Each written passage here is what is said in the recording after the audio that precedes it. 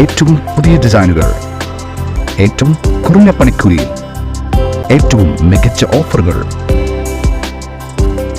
Only at Regalia Golden Diamond, Chavakkad. Platinum പോലെ silver, Alukkaran silver jewellery, Chettuva road, Chavakkad. Chettuva road, Vadanappally.